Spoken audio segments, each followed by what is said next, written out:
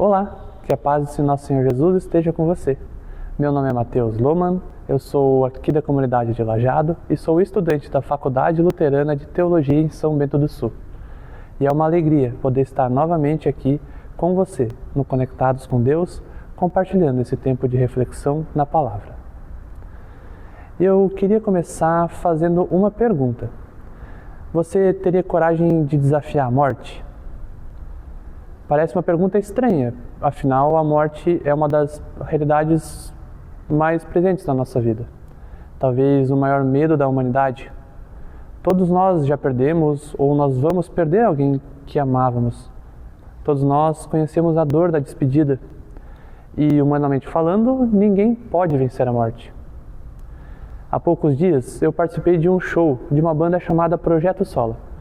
E enquanto cantávamos uma das músicas chamada Homem Deus, percebi que crianças, jovens, adultos e até idosos cantavam todos juntos, em plenos pulmões, as palavras que o apóstolo Paulo usou na sua carta aos Coríntios, no capítulo 15, Morte, onde está a tua vitória? Enquanto eu via centenas de pessoas cantando aquelas palavras, eu fiquei pensando, como será que tantas pessoas podem cantar isso com tanta convicção? Como que tantas pessoas podem zombar ou caçoar da morte?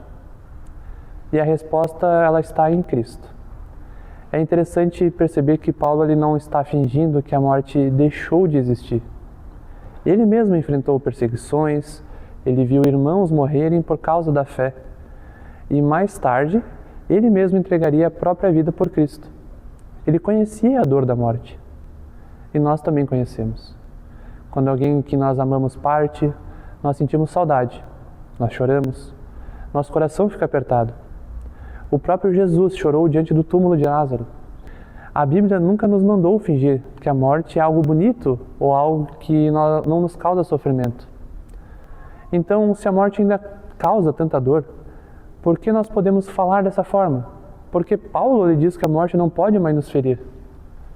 Porque, para o cristão, a morte perdeu aquilo que ela tinha de mais terrível. Paulo explica isso logo no versículo seguinte, quando diz que o aguilhão, ou seja, a ferramenta que a morte usa para nos atingir, é o pecado. O maior problema da morte nunca foi apenas o fim dessa vida aqui na Terra. O maior problema era que ela carregava consigo a consequência do pecado, a separação de Deus e a condenação. Mas foi exatamente isso que Jesus veio vencer. Na cruz, Cristo ele tomou sobre si o nosso pecado. E ao ressuscitar, venceu a morte. Assim, nós podemos pensar na morte como uma vespa. Enquanto ela tem o seu ferrão, ela pode voar por aí e assustar quem a vê, talvez até machucar com a sua picada. Mas Jesus, ele tomou a picada por nós e ele arrancou o seu ferrão. A vespa ainda existe, a morte ainda existe. Ela ainda pode voar por aí e talvez até nos assustar. Ela ainda pode nos fazer chorar com o medo. Mas ela já não pode mais causar o dano definitivo àqueles que pertencem a Cristo. E é por isso que o cristão vive uma realidade que parece um paradoxo. Porque nós choramos diante da morte, mas nós não nos desesperamos por causa dela. Nós sofremos a saudade, mas nós não perdemos a esperança. Nós vamos ao cemitério com lágrimas nos olhos, mas também com a certeza de que a morte não tem a última palavra. Porque em Cristo o pecado ele foi perdoado, a condenação foi vencida, e aquilo que parecia ser o fim se tornou apenas a porta para a vida eterna. E é por isso que Paulo ele pode perguntar com tanta confiança, onde está, ó morte, a tua vitória?